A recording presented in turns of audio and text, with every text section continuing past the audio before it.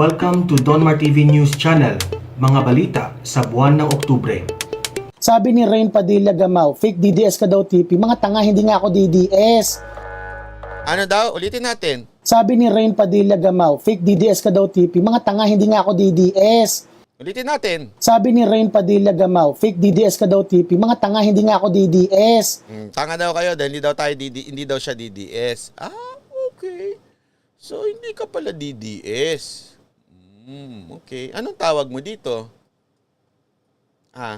O yan. The irony, mga ka-DDS. Post mo yan, 2017. The irony, mga ka-DDS. Tatawagin mo ba ang mga kakapwa mong ka-DDS kung hindi ka ka-DDS? Bakit pwede mo tawaging the irony, mga DDS? O, pwede pa. Di ba? Patanggapin ko pa yun. Pero tinawag mo silang ka-DDS. Ibig sabihin, kasama ka. Kaya nga ka eh. Di ba? Kasamang ano.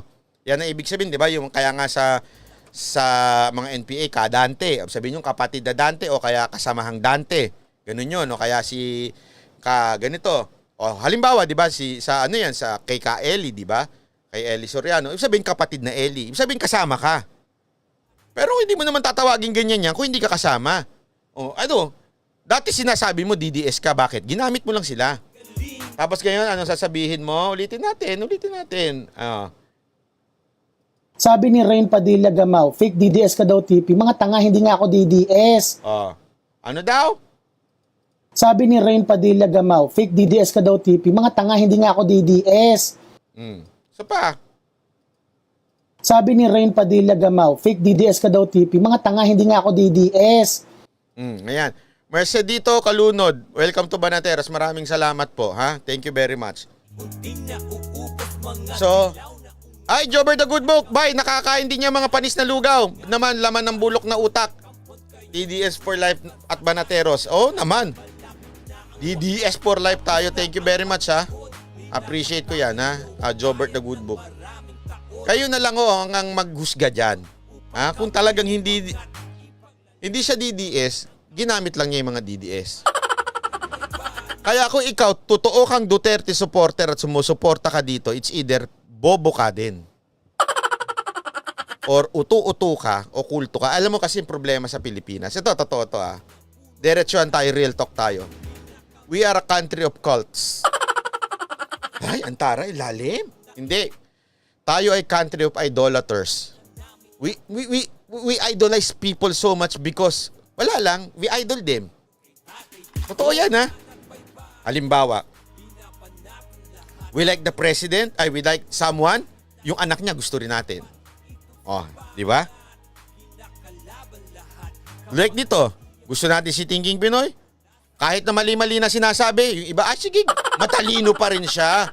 Kasi na-impress tayo nung una. Ganyan tayong bansa. Sa totoo lang, ha? We follow na hindi natin alam ang dahilan. Maraming ganyan. Tanungin mo yung mga tao, bakit mo sinusunod ito? Bakit ka nagpupunta dito? Ano sasagot? Hindi ko talaga alam eh. Basta nakagisnan ko na ito eh. Dito kami pumupunta, dito kami sumasamba. Nakagisnan ko na ito eh. Kasi nga, idolaters tayo eh. Kung ano na lang yung ina-idolize natin, yun na yun. We do not even question, sino ba to? Ano ba to? Bato? I mean, ano ba itong, sino ba ito? Ano ba sinasabi nito? Sinusundan natin kasi apelido niya ganito rin. Sandali. Medyo, wag naman sana tayong ganong mga banateros, ha? Question everyone, sino ba itong nagsasalita nito? Ako, magdalang ako. If you like someone, ask yourself, why do you like this? Hindi lang dahil, kasi ganito siya eh. Ganito. Kasi ano yan? Siya yun eh, di ba? Thinking yan eh. Thinking Pinoy yan. Nag-iisip yan. Magaling niya mag-English, magaling mag-ganon. Hindi mo na-question. Tanungin ninyo, bakit nyo gusto tong tao na ito? Kaya kung hanggang ngayon, okay, hinahangaan nyo pa itong tao na ito, mag-isip kayo mabuti, binabastos na si presidente ng lantaran eh. Tapos hindi lang binabasa sa presidente, kahit kayo, tinatawag na kayong tanga eh. Mga DDS eh. Ay, sino nagsabi? Ako ba nagsabi? Ito. Oh. Ulitin ko. Sabi ni Rain Padilla Gamao, fake DDS ka daw, TP. Mga tanga, hindi nga ako DDS. Oh, hindi ako nagsabi niyan, ha? Basta ako, ito mga kaibigan. I am proud, ito, ulitin ko to. Paulit-ulit ko itong sasabihin. I am proud Duterte diehard supporter. Digong. Okay, Rodrigo Duterte diehard supporter ako. Okay? At may mga iniidolin, meron din ako mga gusto, ina-admire ng mga government official. Like si Tugade. Yan. Idulo natin yan. Talagang napakagaling yan. Etong si Matu, gusto natin yan. Etong si Mark Villar, ay nako, okay din yan. Etong si Vince Dizon, gusto ko din yan. Ay, syempre, si Yusek, di ba? Si Benny Antiporda, yan, yung mga talagang gusto natin. So, si Speaker Cayetano, yan, mga gusto natin yan. But it doesn't mean na hindi ako DDS. Dahil may iba akong gusto. Ano to? Black and white lang, ganon? 1 plus 1 is equals to 2? Wala namang kinaugnayan yun. Ano ba yun? Si Yorme, gusto ko rin, Promise, si Yorme, ha? Wala akong pakialam kung tinatawag ni ba, dilawan yan, dilawan yan. Gusto ko si Yorme dahil sa ginagawa niya. Kaya nga kung sana, ito lang, sa mga kababayan ko na nakikinig dyan, 4,000 kayo, mahigit. Gustuhin nyo yung tao, yung official, because sa ginagawa nila, hindi sa affiliation nila. Dahil sa ginagawa nila. Gusto ko si Yorme. Hindi ko, minsan, once ko lang nakapicturan yan. Gusto ko siya sa ginagawa niya. Ewan ko kung Duterte supporter ba yan o ano ba yan. Basta gusto ko yung ginagawa niya. Kung Leni Robredo siya, wala akong pakialam. Basta gusto ko yung ginagawa niya. Yun ang akin. Yun ang dapat tayo. Hindi yung, ano ba ito? Kay Marcos ba ito? Kay Duterte ba ito? Kay Cayetano ba ito? Kay Aquino ba ito? Ano to? Bata? Bata ka? Isip bata. Ganon? Isip-isip naman. Ito, binabasa ko yung mga ano nyo. Ito pala, meron pala akong sandali meron kasing nag-email sa akin. Alis na tayo din sa topic na to. Ito, medyo may nag-email sa akin, ha? Babanatan ko din ng onte. Kapiraso lang naman, piraso lang. Ayan. Hindi ko nalang pinakita yung pangalan niya. Byron! Taray, tinawag ko akong pangalan, ha? Ano bang nangyari sa inyong dalawa ni Marlica? Gusto at i-unfollow ko kayo, pati si TP. Taray. Kakabanas naman at nagdatato, talo na kayo. Pwede ba ayusin yan? Links ninyong tatlo? At saka Byron, gustong-gusto ko yung mga approach mo sa hot political and social issue. Kaso opa ko, pag personal lifestyle mo na ang topic, pati display ng tahanan mo unless kasama mo si Ibana. Sige, Pards. Yun lang pala gusto mo. Doon ka na kay Ibana. Brad, parang may utang na loob pa ako sa'yo. Doon ka na lang. Sige na. Parang may utang na loob pa ako sa'yo. Joke lang. Hindi. Ang gusto ko talagang komentuhan dito ay ito. Yung sa dalawa namin ni Markle, paulit-ulit ko naman, okay kami ni Maharlika. Okay? Iba lang yung pananaw niya. Iba yung pananaw ko. That's democracy. Pero sabi ko nga sa'yo, kung pwede ko lang ipakita yung text namin walang problema. Sabi niya nga move on na, walang problema. Nagkataon lang in this particular subject, okay? Magkaiba kami ng pananaw. And that's, kasi walang bayaran sa amin That's a simple, walang bayad So talaga magkakaiba-iba. Yung kay TP, kaya hindi ko talaga makakasundo yan. Napakasinungaling niyang bata na yan. At saka sobrang bitter niyan. Pangako, ay sinasabi niya, di ba lagi niyang sinasabi. Ano ba yung sinasabi niya? Ito pa pala, dadagdag ko. Lagi niya sinasabi na wala siyang plano na ayaw niyang pumasok sa government, sa pagiging government, chu-chu-chu, di ba? Ito, tingnan, wait lang. Iyan yung post niya. Ay, nako. Sabi si TP mismo nagsabi nito, Okay, sabi niya, TP is thinking about applying for very minor Duterte cabinet position. Tipong taga-timpla ng kape sa Office of the Press Secretary or something. Does anybody know where TP should submit his resume? Akala ko noon na joke. Kasi sabi ni Mayor kahapon sa balita, bawal daw ang padrino. Pero wala namang binigay ni email address. Di ko naman pwedeng ipasa lang ang resume ko dahil delikado ako. For those with reliable information, please email ako thinkingpinoy@gmail.com. Okay?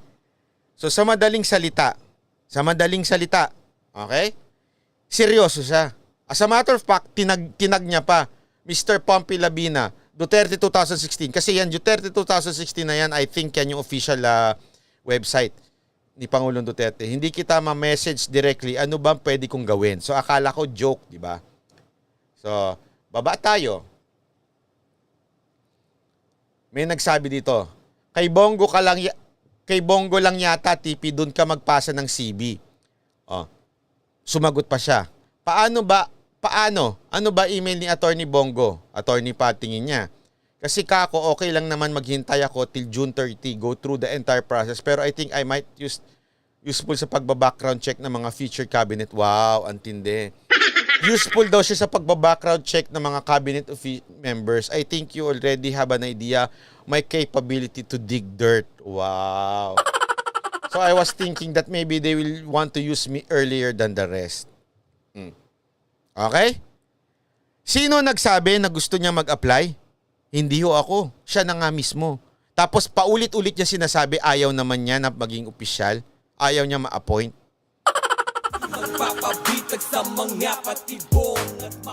Ito page niya ito. Ito, mismo to. Page niya yan.